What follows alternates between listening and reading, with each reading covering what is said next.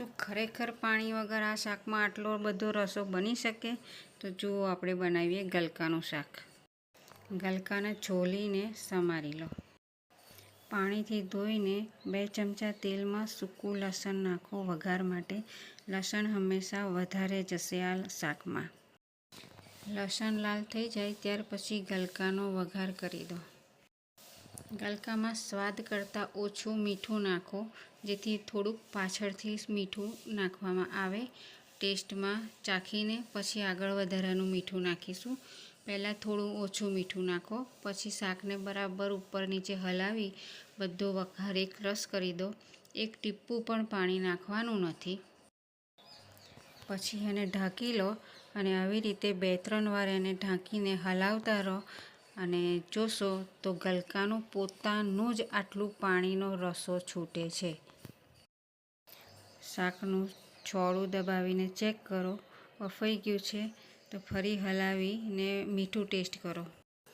બફાઈ જાય એટલે એમાં હળદર, મરચું, સહેજ મીઠું અને ગોળ નાખી મિક્સ કરો. ધાણા સમારેલા બધો મસાલો નાખો. મસાલામાં હળદર, મરચું, મીઠું અને ગોળ છે. એ સિવાય ધાણા જીરું કે કશું જ નથી નાખવાનું કે નથી પાણી નાખવાનું.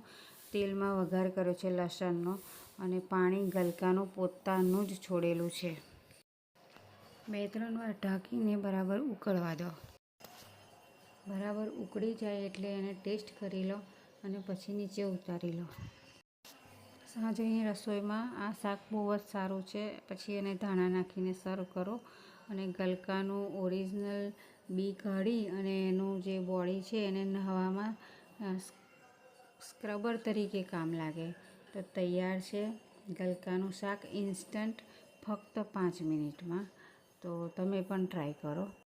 બાજરીના રોટલા સાથે અને પરોઠા સાથે, ખીચડી સાથે આનું કોમ્બિનેશન બહુ જ સરસ છે. મને તો ખૂબ જ ભાવે. તમે બી ટ્રાય કરો.